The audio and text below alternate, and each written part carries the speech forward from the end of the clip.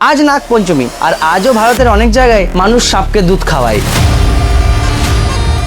কিন্তু কখনো ভেবে দেখেছেন যে প্রাণী কখনো দুধ খায় না তাকে এই দুধ খাওয়ানোর প্রথা শুরু হলো কিভাবে? নমস্কার, আমি শম্ভু। চলুন জেনে নেওয়া যাক নাগ পঞ্চমী প্রথার এই আসল গল্প। হিন্দু পুরাণের সাপ শুধু একটা প্রাণী নয়, এই নাগেদের সঙ্গে জড়িয়ে আছে বহু পুরনো বিশ্বাস। তাদের মধ্যে অন্যতম নাগ হলো নাগরাজ বাসুকি, যাকে শিবের গলায় দেখা যায়।